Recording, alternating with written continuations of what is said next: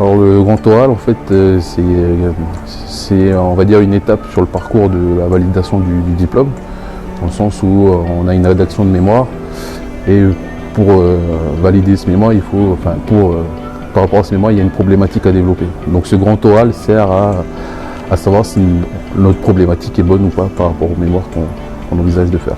Donc le sujet, pour ma part, je le connaissais depuis le début, mais le grand oral, c'est l'occasion de le mettre en forme tel qu'il sera présenté dans le mémoire.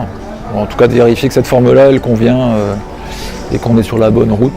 Le grand oral est un moment important de la formation de management opérationnel de l'ESSEC. C'est le moment durant lequel, en milieu de formation, le participant va présenter sa proposition d'intervention, ce que nous appelons le projet de mémoire, c'est-à-dire le cahier des charges, sa feuille de route, de ce qui sera plus tard, quelques mois après, le mémoire, qui débouchera, lui, sur des recommandations opérationnelles et actionnables pour l'entreprise qui lui a confié la problématique qu'il a décidé de traiter dans le cadre de son mémoire.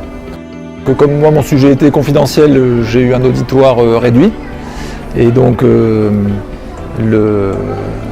l'auditoire a été constitué de Xavier et du directeur de la formation, Laurent Bourgeon.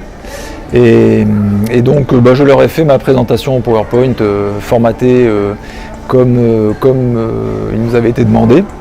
Et le directeur de mémoire m'avait aidé à faire en sorte que ce soit sous une forme acceptable. Et voilà, bon après ça c'est pour la forme.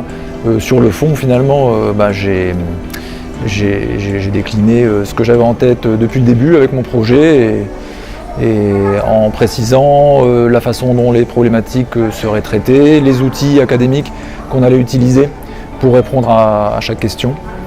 Et puis un petit peu préciser l'intérêt que ça a pour mon employeur qui finance la formation et pour moi-même. Alors concrètement, il y a déjà tout un travail préparatoire derrière, au niveau documentation, recherche, structuration de la problématique. Et une fois que vous avez fait ça, il y a un PowerPoint et que vous allez présenter devant le membre du jury. Alors, pour le mien, ça s'est plutôt bien déroulé, mais bon, ça a surtout mis en lumière des choses qu'il fallait que je revoie par rapport à ma problématique. C'est vrai que si on n'a pas l'habitude de prendre la parole en public, ça peut être quelque chose de déstabilisant au début, et c'est vrai que c'est un bon test aussi pour la soutenance du mémoire. Bon, c'est vrai que ça sera que dans un an, mais ça permet de se donner une idée de comment ça va se dérouler la soutenance.